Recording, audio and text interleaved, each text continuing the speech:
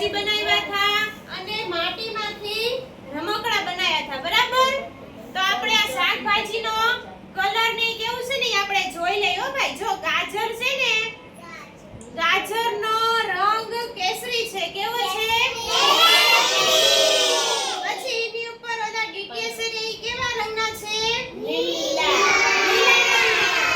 બરાબર. પછી આ છે ભાઈ રીંગણું. રીંગણાનો રંગ કેવો છે? જાંબલી. અને એની ઉપર ડીટીયા છે એ કેવા રંગના છે? સરસ. આ છે ભાઈ ટમેટું. કેવો રંગ છે ટમેટાનો?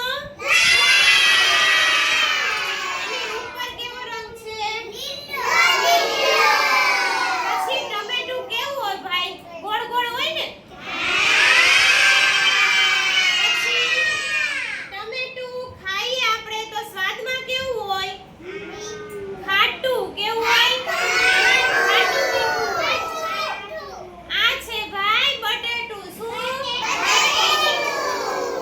બટેટાનું શાક કોને ભાવે? બધાયને ભાવે ને બટેટાનું શાક?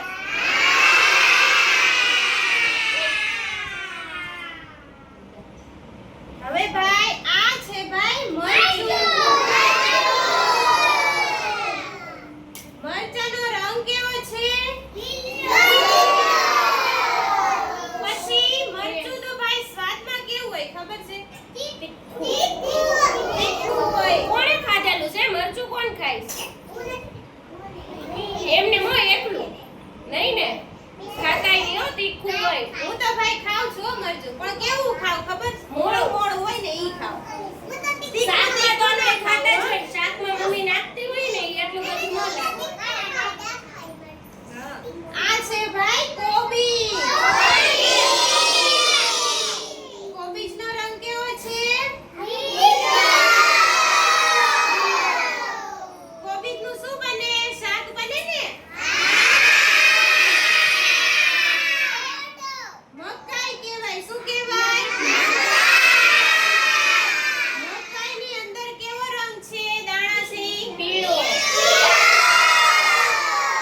એની બહાર પાંદડા છે એ કેવા રંગના છે? સરસ. હવે ભાઈ ગઈકાલે આપણે અહીંયા માટીમાંથી અલગ અલગ બનાવ્યું હતું, પછી ક્લેમાંથી અલગ અલગ શાકભાજી બનાવ્યા હતા. હવે તમે બધાય આજે ઘરેથી બનાવીને લાવ્યા છો, બરાબર?